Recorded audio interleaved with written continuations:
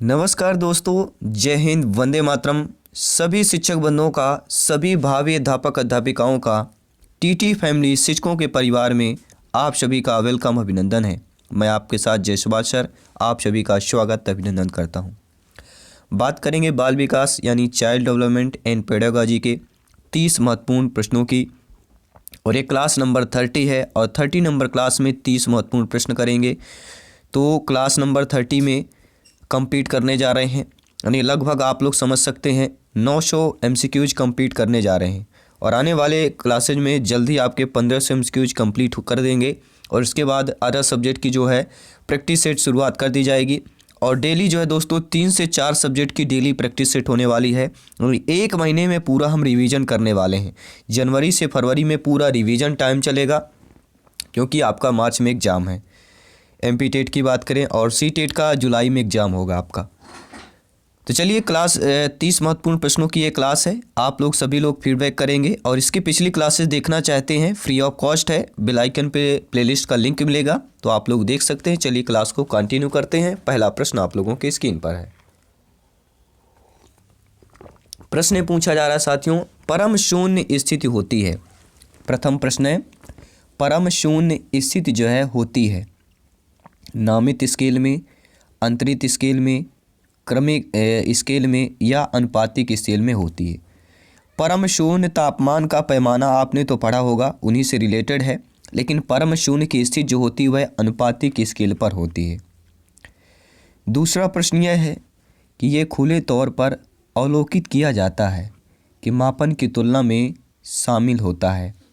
मापन की तुलना में सरकार, वातावरण, अधिगम या मूल्यांकन शामिल होता है। मेरे सभी शिक्षक बंधु, मेरे प्यारे प्यारे भाइयों की प्यारी प्यारी बहनें, गृहिणी, जिनका सपना है गवर्नमेंट टीचर, अध्यापक अध्यापिका बनना, यहाँ पे कमेंट कीजिएगा, फीडबैक कीजिएगा।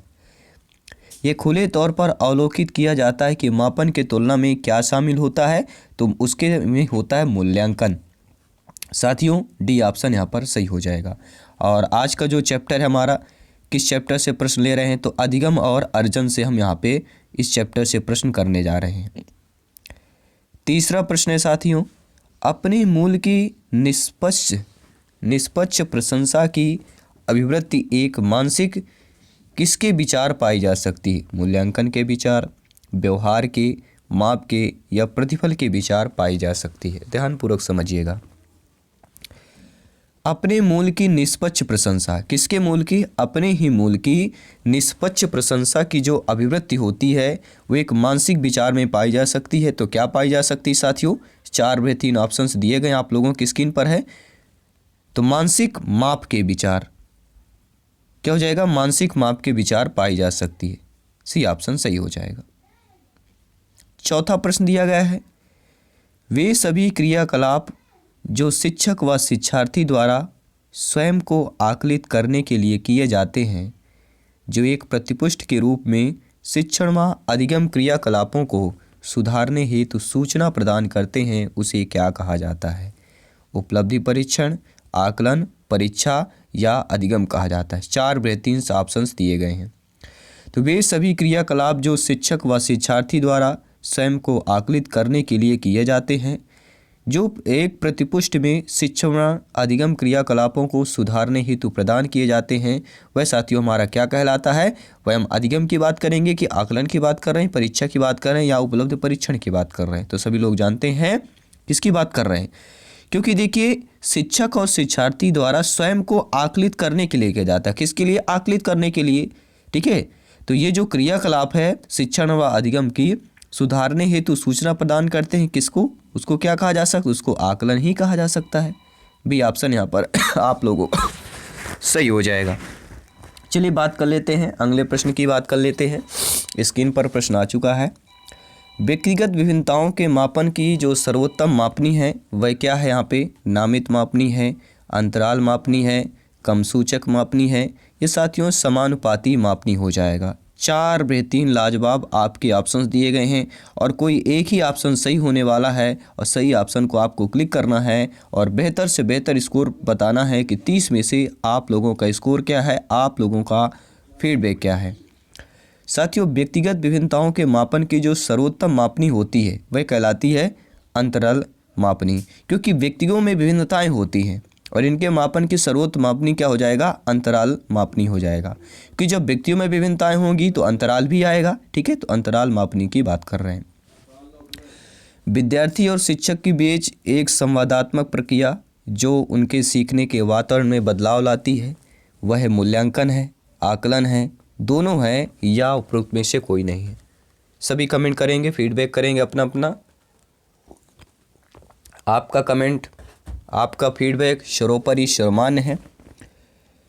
साथियों, विद्यार्थी और शिक्षक के बीच एक संवादात्मक प्रक्रिया जो उनके सीखने के वातावरण में बदलाव लाती है वह मूल्यांकन और आकलन दोनों हो जाएगा। अर्थात यहाँ पे सी ऑप्शन आप लोगों का सही हो जाएगा। 7वां प्रश्न है, आकलन की बात कर रहे हैं तो आकलन बच्चों को लेवल या नाम देने और वर्गीकृत करने की अच्छी रणनीति हो जाएगी। बच्चों में प्रतियोगात्मक भावना को सक्रिय रूप से बढ़ावा देना हो जाएगा। सीखने को सुनिश्चित करने के लिए तनाव और दबाव को उत्पन्न करता है। यह सीखने में सुधार का एक तरीके की बात कर रहे हैं।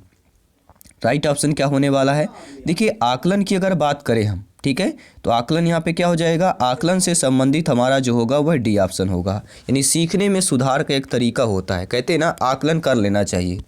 अगर हम भोजन बना रहे हैं तो कहते हैं आपका आकलन ऑन होना चाहिए। ठीक है, कि आप इतने 10 लोगों का भोजन बन रहा है मान लीजिए, ठीक है, उसमें कितना नमक डालना है, सब्जी में कितना, दाल में नमक डालना है। ठीक है, तो ये आकलन के तौर पर होता है। तो हलवाई लोग क्या है, आकलन के सही करते हैं। तो आकलन की अगर बात करें मतलब सीखने में सुधार का एक तरीके की बात कर रहे हैं। डी ऑप्शन आप लोगों का। अगला प्रश्न आप लोगों की स्क्रीन पर दिया गया है, आकलन के बारे में निम्नलिखित कथनों में से कौन सा कथन यहाँ पर सही हो जाएगा। किसकी बात कर रहे हैं साथियों? आकलन से संबंधित बात कर रहे हैं। पहला ऑप्शन है, आकलन से विद्यार्थियों को यह सहायता मिलनी चाहिए कि वे अपनी शक्तियों को देख सकें, शिक्षक तदनुसार उन्हें ठीक कर सके। यह आकलन सभी सार्थक होता है जब विद्यार्थी का तुलनात्मक मूल्यांकन भी हो। यह आपका तीसरा ऑप्शन, आकलन केवल स्मरण शक्ति का ही नहीं बोधक और अनुप्रयोग का भी होना चाहिए। यह आपका फोर्थ ऑप्शन, आकलन तब तक उद्देश्यपूर्ण नहीं हो सकता है जब तक उससे भय और चिंता का संचार न हो जाए। तो भय और चिंता का संचार यह तो आपका हो ही नहीं सकता है। तो कौन कौन हो सकता है? आकलन केवल स्मरण शक्ति ही नहीं बोधन और अनुप्रयोग का भी होना चाहिए। तो तीसरा यहाँ पे ऑप्शन हमारा हो जाएगा। यानी तीसरा किस में दिया, बी और डी में दिया हुआ है। आकलन तभी सार्थक हो सकता है जब विद्यार्थियों का तुलनात्मक मूल्यांकन हो। तो विद्यार्थियों में तुलना करना, ठीक है, क्योंकि सभी विद्यार्थी एक समान, तो आपका दूसरा भी नहीं हो सकता है। तो हमारा फर्स्ट और थर्ड वाला जो ऑप्शन यानी डी वाला सही होना चाहिए कि आकलन से विद्यार्थियों को सहायता मिलनी चाहिए कि वे अपनी शक्तियों और रिक्तियों को देख सकें और शिक्षक तदनुसार उन्हें ठीक कर सकें। और आकलन केवल स्मरण शक्ति नहीं बोधन अनुप्रयोग का भी होना चाहिए। तो पहला और तीसरा आकलन से संबंधित हमारे कथन सही दिए गए हैं, इसलिए हमारा डी ऑप्शन सही हो जाएगा। अब बात करें थे अगले प्रश्न की।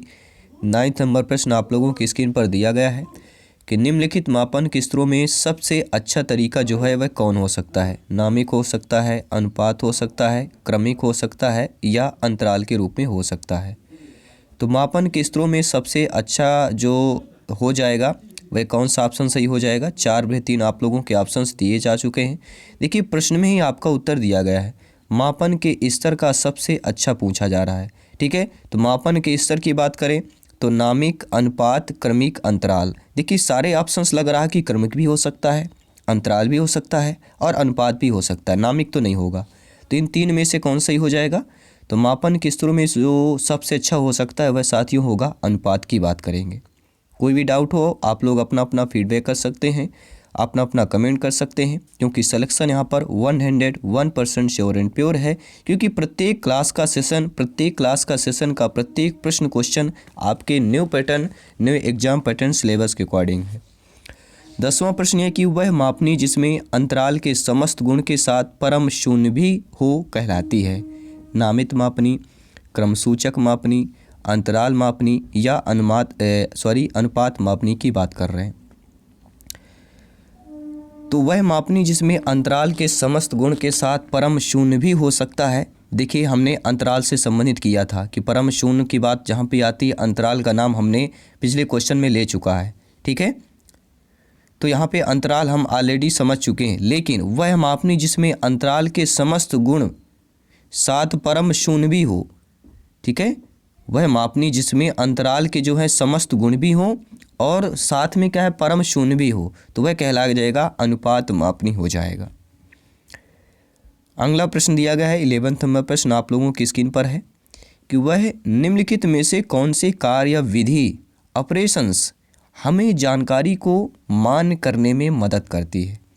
मूल्यांकन, अपसारी चिंतन, अभिसारी चिंतन या संज्ञान। आप सभी लोग जानते हैं, भावी अध्यापक अध्यापिकाएं हैं, शिक्षक बंधु हैं, तो वह ऐसा कार्य साथियों या कार्य विधि हमें जानकारी को मान करने में मदद करती हो। कोई भी जानकारी हो, इन्फॉर्मेशंस हो, ऑपरेशंस हो, वो जानकारी में हमें मान करने में मदद करती है कि ये जानकारी बिल्कुल सही दी गई है। तो वह हमें कौन सी मान करती, यही आपको बताना है, आप लोगों की स्क्रीन पर दिया गया है। तो वह साथियों हमारा क्या कहलाता है, मूल्यांकन। मूल्यांकन हमें मान करने में मदद करता है कि यह जानकारी, इन्फॉर्मेशन, ऑपरेशन सही है। पहला ऑप्शन सही हो जाएगा। अगला है मूल्यांकन को साथियों शिक्षण अधिगम प्रक्रिया का एक भाग होना चाहिए। मूल्यांकन को केवल नंबरों के संदर्भ में करना चाहिए, या मूल्यांकन वस्तुनिष्ठ प्रकार के लिखित कार्यों पर आधारित होना चाहिए, या मूल्यांकन को एक अलग गतिविधि के रूप में लेना चाहिए। 4 बेहतरीन ऑप्शन से दिए गए हैं। तो मूल्यांकन को यहाँ पे कौन सा हमारा ऑप्शन सही हो जाएगा, सभी ध्यानपूर्वक समझिएगा। देखिए मूल्यांकन की बात कर रहे हैं, तो शिक्षण अधिगम प्रक्रिया का एक क्या है, मूल्यांकन भाग होना चाहिए और होता भी है, तो पहला ऑप्शन सही हो जाएगा। अगला प्रश्न दिया गया है 13 नंबर प्रश्न आप लोगों की स्क्रीन पर दिया गया है। बच्चों के मूल्यांकन के लिए निम्नलिखित में से कौन से कारण होने चाहिए। बच्चों को गैर उपलब्धि वाले, निम्न उपलब्धि वाले, औसत एवं उच्च उपलब्धि वाले के रूप में अलग करना नाम देना चाहिए, या कक्षा में शिक्षण अधिगम प्रक्रिया में सुधार करना। यह साथियों समय के साथ बच्चों में होने वाले अधिगम परिवर्तनों एवं प्रगति के बारे में पता लगाना, या बच्चों की क्षमताओं, संभावनाओं, सशक्त पक्षों एवं चुनौतीपूर्ण पक्षों के बारे में माता पिता के साथ चर्चा करना। 4 बेहतरीन से आप लोगों की स्क्रीन पर ऑप्शन दिए जा चुके हैं, और यहाँ पे कौन कौन से ऑप्शन आप लोगों के सही हो गए ये आपको फीडबैक करके बताना है। 4 ऑप्शन में से कौन सा सही हो जाएगा।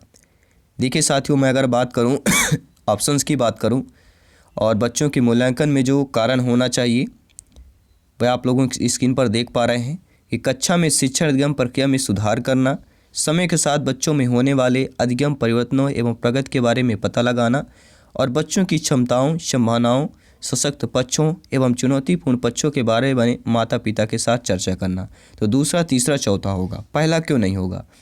देखिए बच्चों के मूल्यांकन के लिए कारण पूछ रहा है, लेकिन बच्चों में गैर उपलब्धि वाले, निम्न उपलब्धि वाले और औसत उपलब्धि वाले बच्चों के रूप में अलग कर देना, ये एक बच्चों के मूल्यांकन का एक कारण नहीं होगा, ठीक है, कि उनको अलग कर दिया है। इसलिए हमारा पहला ऑप्शन यहाँ पे नहीं हुआ है, और बाकी जो दूसरे, तीसरा, चौथा ऑप्शन दिया गया है ये हमारे सही हो जाएंगे। अर्थात किस ऑप्शन की बात करेंगे, दूसरा, तीसरा, चौथा आप दिया है, बी ऑप्शन पर दिया गया है, दूसरा, तीसरा और चौथा। आइए देखते हैं अगला प्रश्न क्या पूछा जा रहा है, स्क्रीन पर दिया गया है। आकलन का प्राथमिक उद्देश्य क्या होना चाहिए। जो आकलन का प्राथमिक उद्देश्य, प्राइमरी की बात कर रहे हैं, तो विद्यार्थियों के प्राप्तांकों के आधार पर उनको नामांकित करना है, रिपोर्ट कार्ड में उत्तीर्ण या अनुत्तीर्ण अंकित करना, या विद्यार्थियों के लिए श्रेणी एक निश्चित कर देना कि श्रेणी पर इस विद्यार्थी को रखा जाएगा। यह साथियों संबंधित अवधारणाओं के बारे में बच्चों को स्पष्टता तथा दायित्वों को समझा देना। तो आकलन का जो प्राथमिक उद्देश्य क्या होना चाहिए, आप सभी लोग भावी अध्यापक अध्यापिकाएं हैं, शिक्षक बंधु हैं। देखिए साथियों आकलन का जो प्राथमिक उद्देश्य है वह संबंधित अवधारणाओं के बारे में बच्चों को स्पष्टता तथा जो है अर्थपूर्वक जो है समझाना बहुत ही जरूरी है, इसलिए हमारा डी ऑप्शन सही हो जाएगा। अगला प्रश्न देख लेते हैं। विज्ञान में मूल्यांकन जो होता है पूर्णतः वैज्ञानिक तथा बहुविकल्पी परीक्षण होना चाहिए, विद्यार्थियों की क्रियाकलाप के अंत में होना चाहिए, यह सभी क्रियाकलाप को एकीकृत भाग होना चाहिए, या केवल विषय व प्रत्ययों को शामिल करें तथा प्रक्रिया व अभिनत को छोड़ देना चाहिए। तो कौन सा सही हो जाएगा? आप सभी लोग जानते हैं कि विज्ञान में जब भी मूल्यांकन की बात की जाती है तो सभी क्रियाकलापों का एकीकृत भाग होना चाहिए, क्योंकि यहाँ पे कोई पूरे विज्ञान में मूल्यांकन कर रहा है, विज्ञान के पार्टों की बात नहीं कर रहा है, उनके भागों की बात नहीं कर रहा है। विज्ञान में मूल्यांकन जो है सभी क्रियाकलापों का एकीकृत भाग होना चाहिए। सी ऑप्शन सही हो जाएगा। अगला प्रश्न क्या दिया गया है? खाली स्थान दिया गया है। किसकी उपलब्धि का सफल अभ्यास एक वास्तविक परीक्षण है? शिक्षक की उपलब्धि का, प्रधानाध्यापक की उपलब्धि का, अधिगम की उपलब्धि का, या मूल्यांकन की उपलब्धि का हो जाएगा। देखिए दोनों इंपॉर्टेंट है, एक या शिक्षक है प्रधानाध्यापक में दो में से एक होगा, या अधिगम और मूल्यांकन दो में से एक होगा। यानी बहुत ही ये टॉप क्वेश्चन कहा जा सकता है और मोस्ट इंपॉर्टेंट प्रश्न भी है, सिलेक्शन की दृष्टि से संभावित प्रश्न भी है। तो किसकी उपलब्धि का सफल अभ्यास एक वास्तविक परीक्षण हो जाएगा? तो वह होगा साथियों अधिगम, क्योंकि आज का जो चैप्टर है अधिगम और अर्जन की बात कर रहे हैं। तो यहाँ पे हमारा क्या हो जाएगा साथियों? अधिगम की बात कर रहे हैं। तो अधिगम की उपलब्धि का सफल अभ्यास एक वास्तविक परीक्षण कहलाता है। तो यहाँ पे क्या हो जाएगा? सी ऑप्शन सही हो जाएगा। अगला प्रश्न है मूल्यांकन का उद्देश्य है। तो मूल्यांकन का उद्देश्य क्या है? बालकों को धीमी गति से सीखने वाले एवं प्रतिभाशाली बालकों के रूप में लेबल करना, या जिन बालकों को उपचारात्मक शिक्षा की आवश्यकता है उनकी पहचान करना, या अधिगम की कठिनाइयों व समस्या वाले क्षेत्रों का पता लगाना, या उत्पादक जीवन जीने के लिए शिक्षक किस सीमा तक जो है तैयार हो पाई है, इसका जो है प्रतिपुष्टि प्रदान करना। तो साथियों प्रश्न क्या पूछा गया है? मूल्यांकन का उद्देश्य पूछा जा रहा है। तो मूल्यांकन का उद्देश्य क्या होना चाहिए? उत्पादक जीवन जीने के लिए शिक्षा किस सीमा तक तैयार कर पाई है, इसका पृष्ठपुष्ट प्रदान करना। डी ऑप्शन यहाँ पर साथियों सही हो जाएगा। अगला प्रश्न यहाँ पर पूछा जा रहा है मूल्यांकन का उद्देश्य, ये भी पूछा जा रहा है। मूल्यांकन का उद्देश्य से संबंधित प्रश्न है कि बच्चे को उत्तीर्ण और अनुत्तीर्ण घोषित करना, बच्चा क्या सीखा है यह जानना, या बच्चे के सीखने में आई कठिनाइयों को जानना, या उपरोक्त सभी की बात कर रहे हैं। तो मूल्यांकन का जो उद्देश्य है बच्चों के उत्तीर्ण और अनुत्तीर्ण घोषित करना, ये भी हो सकता है। बच्चा क्या सीखा है इसको जानना भी हो सकता है। बच्चे के सीखने में आई कठिनाइयों को जानना भी हो सकता है। उपरोक्त सभी हमारा डी ऑप्शन सही हो जाएगा। बात करेंगे मूल्यांकन के उद्देश्य के बारे में, उद्देश्य से संबंधित के बारे में। 19वां प्रश्न आप लोगों की स्क्रीन पर है। बेहतरीन प्रश्न पूछा जा रहा है, ध्यानपूर्वक अपना अपना फीडबैक कीजिएगा। मूल्यांकन प्रक्रिया के 3 महत्वपूर्ण बिंदु वह कौन कौन से हैं? उद्देश्य, अधिगम, अनुभव व मूल्यांकन के उपकरण, छात्र, अध्यापक व उद्देश्य, छात्र, समाज, अधिगम के अनुभव, या छात्र, परीक्षा व परिणाम। तो मूल्यांकन प्रक्रिया के जो 3 महत्वपूर्ण बिंदु होते हैं वह हमारा कौन सा हो जाएगा? देखिए मैं एक चीज़ आपको बता देता हूँ। देखिए सभी ऑप्शन देखिए मूल्यांकन का कोई जिक्र ही नहीं किया गया है, लेकिन पहला ऑप्शन देखिए इसमें मूल्यांकन प्रक्रिया पूछा जा रहा है, उसमें मूल्यांकन का जिक्र भी कर दिया गया है। ठीक है, तो आप एक डिफरेंट, अगर हमें आंसर पता भी नहीं है लेकिन हम डिफरेंट ऑप्शन, एक अलग ऑप्शन हमें जैसे भी दिखने को मिलता है फटाफट टिक लगाइए और नेक्स्ट क्वेश्चन पर पहुंच जाइए। अर्थात मूल्यांकन प्रक्रिया के 3 महत्वपूर्ण बिंदु उद्देश्य, अधिगम और अनुभव व मूल्यांकन के उपकरण हो सकते हैं। तो पहला ऑप्शन सही हो जाएगा। अब बात करते हैं साथियों, अगले प्रश्नों की बात कर लेते हैं। स्क्रीन पर प्रश्न आ चुका है। मूल्यांकन किया जाना चाहिए। मूल्यांकन से बच्चे पढ़ेंगे, लगता है बच्चों की उपलब्धि का, या मूल्यांकन का पता लगता है बच्चों की उपलब्धि का मूल्यांकन से, या बच्चों के सीखने के स्तर का ज्ञान होता है, या शिक्षकों की उपलब्धि का पता लगता है। सभी कमेंट कीजिएगा, प्रत्येक भाई बहन गृहिणी सभी कमेंट कीजिएगा। मूल्यांकन साथियों किस लिए किया जाना चाहिए? इससे क्या होता है, बच्चों के सीखने का स्तर का ज्ञान होता है कि बच्चे ने इस सब्जेक्ट को किस स्तर तक सीखा है, या इस टॉपिक को किस स्तर तक सीखा है, या पूरी तरह से इस कक्षा में किस स्तर तक उसको ज्ञान हो पाया है। सी ऑप्शन सही हो जाएगा। अगला प्रश्न साथियों, आकलन उद्देश्यपूर्ण होता है।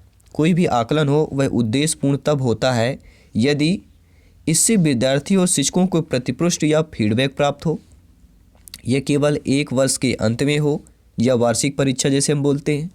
विद्यार्थियों की उपलब्धियों में अंतर करने के लिए तुलनात्मक मूल्यांकन किया जाना चाहिए। यह हम बात कर रहे हैं ऑप्शन नंबर डी की बात कर रहे हैं। इससे विद्यार्थियों में भय और तनाव का संचार हो। देखिए भय और तनाव संचार तो हो नहीं सकता है, और ना ही तुलनात्मक मूल्यांकन हो सकता है, और केवल वर्ष के अंत में, ये भी हमें नहीं लगता। तो बी सी डी जो ऑप्शन है ये तीनों हमें सही नहीं लग रहे हैं अकॉर्डिंग टू आकलन के उद्देश्यपूर्ण। तो आकलन का उद्देश्यपूर्ण तभी होगा यदि उससे विद्यार्थी और शिक्षकों के प्रतिपुष्टि या फीडबैक प्राप्त हो जाए। तो यहाँ पे पहला ऑप्शन सही हो जाएगा। अब बात करेंगे साथियों अगले प्रश्न की। अगला प्रश्न जो आप लोगों की स्क्रीन पर है, मूल्यांकन से अभिप्राय क्या होता है? छात्रों की आवश्यकता का पता लगाना, छात्रों की बुद्धि का पता लगाना, छात्रों की अधिगम की सफलता व असफलता का अध्ययन की बात कर रहे हैं, या स्वास्थ्य परीक्षण करना। डी ऑप्शन सही हो जाएगा। या सी होगा या बी होगा या ए होगा। तो मूल्यांकन से अभिप्राय साथियों छात्रों की जो है बालक बालिकाओं के अधिगम की सफलता व असफलता का अध्ययन हो जाएगा। मूल्यांकन मतलब किसी चीज़ का मूल्यांकन करते हैं तो छात्रों के इससे क्या होता है, अधिगम की सफलता व असफलता का अध्ययन हो पाता है। सी ऑप्शन सही हो जाएगा। अगला प्रश्न है, अधिगम में आकलन किस आवश्यक होता है? किस लिए आवश्यक होता है? जो अधिगम में आकलन किया जाता है वह किस लिए आवश्यक होता है? ग्रेड व अंकों के लिए, जांच परीक्षण के लिए, प्रेरणा के लिए, या पृथक्करण श्रेणीकरण के उद्देश्य को प्रोत्साहन देने के लिए। वैसे हमारा वहाँ पे डी ऑप्शन होगा। क्यों होगा? क्योंकि तीनों ऑप्शन छोटे छोटे दिए गए हैं, डी ऑप्शन बड़ा दिया गया है। एक माइंडसेट जो होता है हमारे दिमाग में, ठीक है। लेकिन जो सही ऑप्शन होगा मैं आपको बता देता हूँ। अधिगम में आकलन किस लिए आवश्यक होता है, किस लिए, सभी लोग समझिए। तो यहाँ पे अगर पृथक्करण श्रेणीकरण के उद्देश्य को प्रोत्साहन देगा, तो पृथक्करण मतलब एक अलग को कोई प्रोत्साहन नहीं दिया जा सकता। अगर पेडागॉजी बाल विकास की बात करें तो ये भी हमारा नहीं हो सकता। तो बचता है हमारा प्रेरणा जो एक अलग है। तो अधिगम में आकलन किस लिए आवश्यक होता है? प्रेरणा के लिए होता है। क्या हमारा सही ऑप्शन है? आप लोग अपना अपना फीडबैक कमेंट बॉक्स में बता सकते हैं।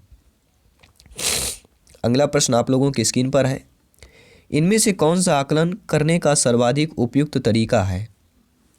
आकलन करने का सर्वाधिक उपयुक्त तरीका। आकलन शिक्षण अधिगम में अंतर्निहित प्रक्रिया है। आकलन एक शैक्षणिक सत्र में 2 बार करना चाहिए, शुरू और अंत में। तो आकलन शिक्षक के द्वारा नहीं बल्कि किसी बाह्य एजेंसी के द्वारा जो है कराना चाहिए, या आकलन सत्र की समाप्ति पर करना चाहिए। तो कौन सा आकलन करने का सर्वाधिक तरीका होगा? तो आकलन शिक्षण अधिगम में क्या ऐसा होना चाहिए? अंतर्निहित होना चाहिए। पहला ऑप्शन हमारा बिल्कुल क्लियर दिया गया है, इसलिए हमारा पहला ऑप्शन सही हो जाएगा। अगला प्रश्न आप लोगों की स्क्रीन पर है कि शैक्षिक विकास में मूल्यांकन का अर्थ क्या होता है? छात्रों की प्रगति का आकलन, अभिलेखों का मूल्यांकन, कार्य निष्पादन का मूल्यांकन, या ज्ञान क्षमता का मूल्यांकन।